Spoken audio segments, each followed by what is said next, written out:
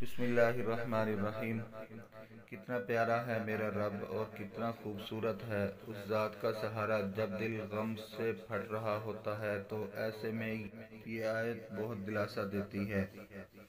لا تحزن ان اللہ معنا، غمگین نہ ہو، بے شک اللہ ہے ہمارے ساتھ۔ پھر زندگی کے دکھ اتنے بڑے نہیں لگتے کیونکہ دل کو یقین ہوتا ہے کہ اللہ میرے ساتھ ہے، تو پھر غم کیسا وہ ضرور میری مدد فرمائے گا۔ پھر فرماتا ہے لا تقنطوا، نہ امید نہ ہو، لا تہنوا، کمزور نہ پڑو، لا تیأسوا، مایوس نہ ہو، تو امید کبھی نہ چھوڑیں۔